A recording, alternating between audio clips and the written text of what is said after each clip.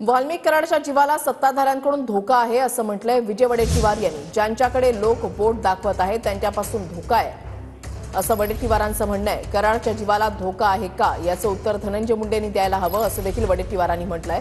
कराडला संपवून पुरावे नष्ट करण्याचा सत्तेमध्ये बसलेल्यांचा प्रयत्न असू शकतो अशी टीका वडेट्टीवारांनी केलेली आहे। कालच कराडांनी सांगितलं माझ्या जीवाला धोका आहे। तुमचे पोलीस सरकार तुमची जेलही तुमच्या ताब्यात, मग कराडला धोका कोणा बसेल? जेलमध्ये कराड सांगतो की मला माझ्यासाठी सेवक ठेवा, माझ्या जीवाला धोका आहे। त्याचं उत्तर धनंजयने दिलं पाहिजे की खरंच त्यांच्या जीवाला धोका आहे का, असेल तर कोणा बसून आहे याची माहिती घेतली पाहिजे।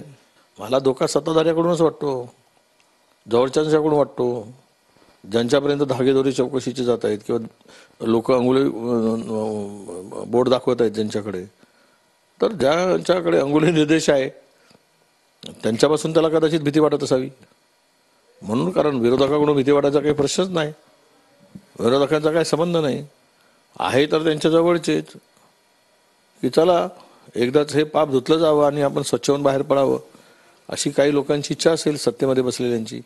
त्यामुळे संपूर्ण मुळासकट पुरावा नष्ट करण्याचा प्रयत्न सुद्धा